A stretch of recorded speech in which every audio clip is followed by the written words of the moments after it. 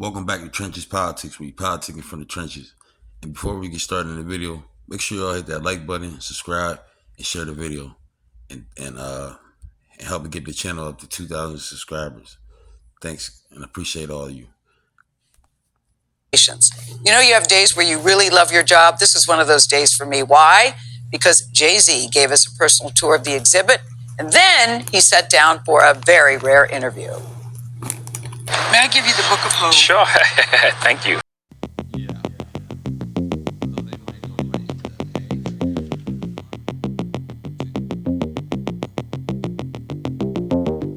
Public Library begins outside with a breathtaking display of JayZ's lyrics covering the building's walls. You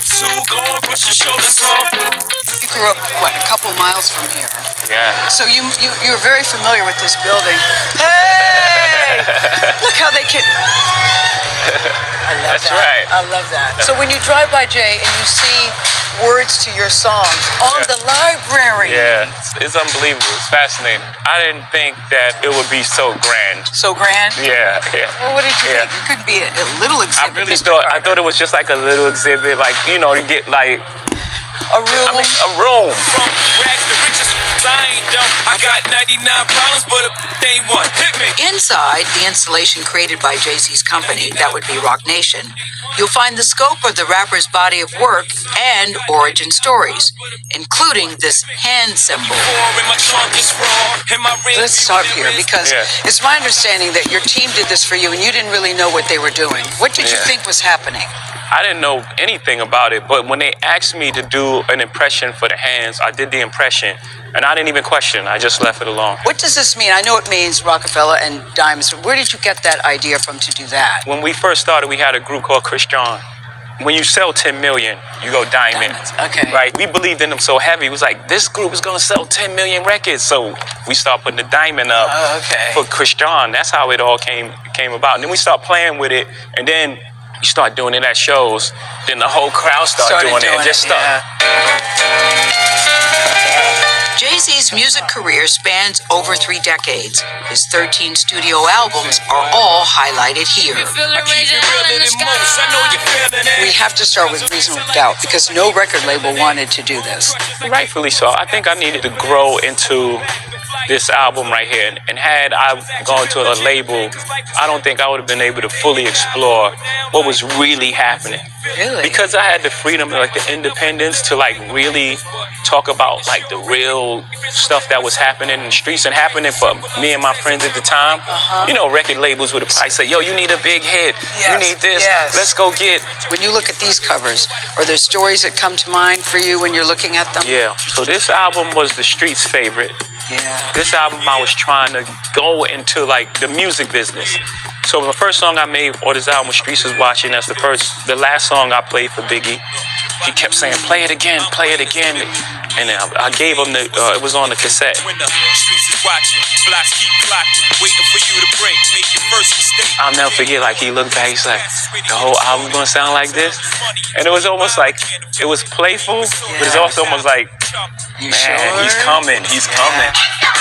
From standing on the corners bopping to driving some of the This is the album that was the most important album, because it was the album where I honed my craft as a songwriter, and that balance of creating exactly what I want, and just as a writer, a technical song-making skills with real stories is when it all came together on this album. I'm going to try not to do this too many times on the tour, but honestly, when I walked in this room, and just take a look at all of the visuals of you up there, what does this mean to you? I mean, it's your face everywhere. I can't imagine. No, it's unbelievable. First of all, it's Brooklyn. Let's start there, right? It's just like, it's in Brooklyn. What does Brooklyn mean to you, JayZ? Yeah, everything. It's everything. Yeah, I'm out at Brooklyn. Now I'm down in Tribeca, right next to the Narrow. You know what else I think is so interesting? Number one, it's in the library. And since I made it here, I can make it anywhere. And it's free and accessible to everybody, because people would pay to go see an exhibit like this. But your team decided they wanted it in Brooklyn. They wanted it in a library so everybody could see it. Really important, and I love that. Big pimpin', baby. Oh, you gotta talk quiet in the library. Big pimpin', spinning cheese. This This room I like in particular because one of the great lyrics I love that you did, I'm not a businessman, I'm a business, man. I'm not a businessman, I'm a businessman. I love that lyric. The way your play on words is It's genius. a space, thank you. It's one I'm proud of as well because it's really it's a simple phrase, but the space gives it meaning. Turn my vocal up some more. And the business-minded mogul has pursued everything from fashion to football. Super Bowl goals. In 2022, the halftime show he helped produce made history, winning an Emmy for Outstanding Variety Special. That was a Super Bowl first. And that beat out the Grammys, that beat out the Tonys for the best show, and it was 13 minutes. Yeah. What'd that mean to you? For me, as a kid growing up on like Snoop and Dre and all of them, and like being a fan of what they do on the West Coast, to be a part of something that had them on stage in LA, and the fact that it never happened before is one of the things that, you know, I take pride in, like pushing the culture forward. Hold it. Please don't forgive me for what the stove did. And he's using his platform to push for change in the justice system. In 2019, JayZ helped launch the Reform Alliance with a goal of transforming the country's approach to probation and parole. It's not an easy job. This is a really tough space to deal with. And I think But it means at something the end to of the day, you. yeah, because I think at the end of the day, we're losing a lot of mentors and a lot of people that be positive members of society. Double your money and make it stack. I'm on to the next one. Our tour also showcased one of JayZ's biggest business moves, reclaiming his music. I'm on to the next one. On to the next one. Hold up. Now I love it. These are the masters, Jay, as you know. People are selling their masters these days. Would you ever sell your masters? No, Never? no. Why not? It's. I get why people do it. I've been fortunate enough to make money in this place, but for me, was the fight of my life.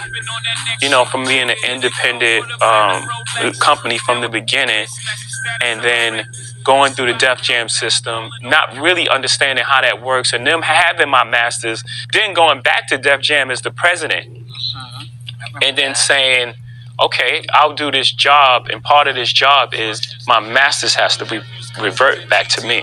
Just, you know, it was my kids to see my work, you know, and if they decide to sell it, then it's up to them. My stake in Rock Nation should go to you. Leave a piece for your siblings to give to their children too.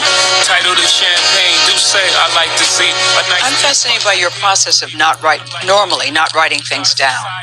How are you able to have that in your head? How do you keep track of all of that, I guess is what I want to know. I've lost a lot of songs that way. I've lost a lot of material, but it just came. It just came like just life. Life is, you know, I was every night writing in that notebook that my mom gave me. It had no lines on it. When I started getting outside, you know, moving further away from my mother's house, start running the streets, these ideas, they would come, and then I would run into a store, so I'm on the corner, and I would write it on paperback, and I put it in my pocket until I got home, then I would transfer it to a book. But then ideas come, more paper, and I'm getting further and further away. I had to memorize ideas until I got back. Let's go. You have a very unique way of moving, too. I'm feeling every little hi-hat, snare, etc., and the space in between. So sometimes I'll jerk like that because there's a space in between that I'm trying to feel. I'm fascinated by the trajectory of your life because it could have gone so left so many different ways, so many different times. Do you even find yourself, even today, sometimes, I can't believe that this has happened to me, even now? You won't now. believe how many times that I do that a week. I do Seriously? that all the time. I still think about what you mean to people in terms of you walk in a room, people know that you're in the room. You have your hands in many different pots. And I'm trying to figure out what matters most to you. Can you even pick anything like that? I think what matters most is today is being a beacon and helping out my culture, people of color. I think I pull the most satisfaction from that. Like making music early was like my first love. I could sit there for hours. It consumed me. Just finding words and figuring out words and how to say this and different ways to say that and different pockets and melodies and how to write this song. That consumed me. That's why my pace was so fast. I had so much material. And I think now the idea of taking that platform and reproducing it for others, or doing something like Reform, etc., etc. I think I derived the most joy from that. I can't even begin to say what this interview meant to me. This is a man who's so talented, so compassionate, so committed to what he does.